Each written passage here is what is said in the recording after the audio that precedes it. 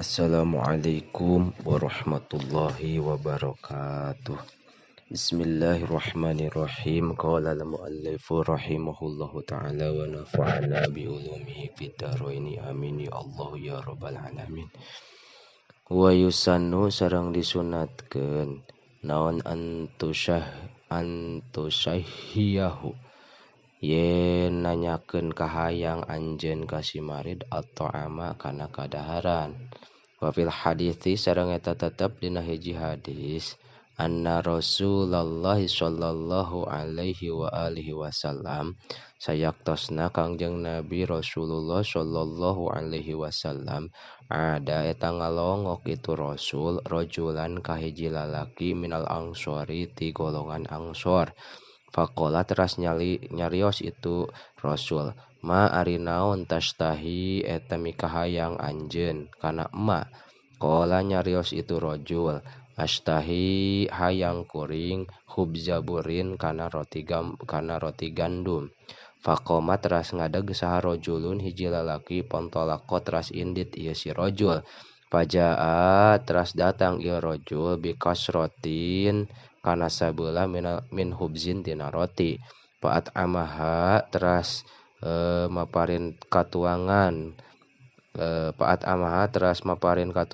kana itu kasroh saha Nabi sallallahu alaihi wa alihi wasallam Kangjeng Nabi sallallahu alaihi wa alihi wasallam iyahu ka itu si rajul. Faqala teras nyarios Nabi idashtaha di mana-mana mikahayang saha maridun jalma gering saha maridu ahadikum jalma gering ti salah saurang ti antara aranjeun syai'an kana hiji perkara palyut imhu mangka kudu mere kadaharan itu si ahad kasih marid. Wa yusannu sareng disunatkeun aidon deui naon antadua yen ngadoakeun anjeun lahu kasih marid biduai kalawan doa alwaridi anu datang anin Nabi sallallahu alaihi wa alihi wasallam. Wa sareng ari ieu doa as'alullahal azim rabbal arsyil azim eta lapad as'alullahal azim rabbal arsyil azim ayyashfiyaka. As'alu nyuhunkeun abdi Allah ka Gusti Allah al azima anu agung rabbal arsy anu mangeranan aras al azimi anu gede ayyashfiyaka kana yen nyageurkeun Gusti ka anjeun. Papil hadisi mangka tetep dina hiji hadis man ada ari lapad man ada. Man ari saha jalma ada eta ngalongok ieu man maridon ka jalma anu gering lam yahdur anu henteu hadir anu can hadir naon ajaluhu ajalna ieu si marid.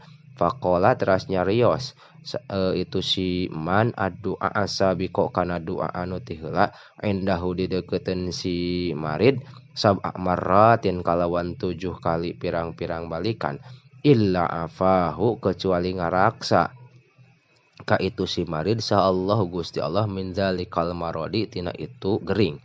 Wa yusannu sareng disunatkeun laka pikeun anjeun aidon deui naon antad luba yen meredih anjeun addu'a kana doa minhu ti si marid lima karena perkara waroda anu geus datang ieu ma fil hadisi dina hadis. Kudu ngalongok aranjeun almardo ka pirang-pirang jalma anu gering wa muruhum sareng kudu marentah anjeun ka itu mardo falyad'u tuluy ngadoakeun ieu si mardo lakum ka aranjeun. Fa inna da'watal maridi karena sayaktosna doa na jalma anu gering mustajabatun eta diijabah. Wa dzanbuhu sareng ari dosana ieu si marid maghfurun eta dihampura. Wallahu a'lamu bissawab.